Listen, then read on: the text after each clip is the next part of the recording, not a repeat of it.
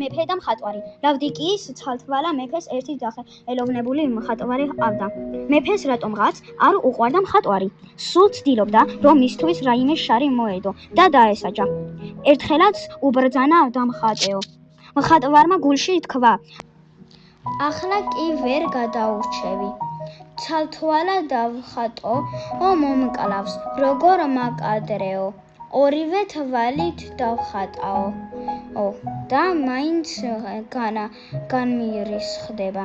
განა ასეთი ვარო. იფიქრა და კარგ ხერხს მიაგნო. დახატა ირემი და მის შორიახლოს მდგარი მეფე, რომელსაც ბრმა თვალი დაეხუჭა, თოფი მოემარჯვა, ებინა და ნადირი მიზანში ამოეღო. დაასრულა ნახატი და მიართვა მეფეს. იმან ვეღარ უპოვა გაწყრომის მიზეზი და მხატვარიც სიკვდილს გადარჩა.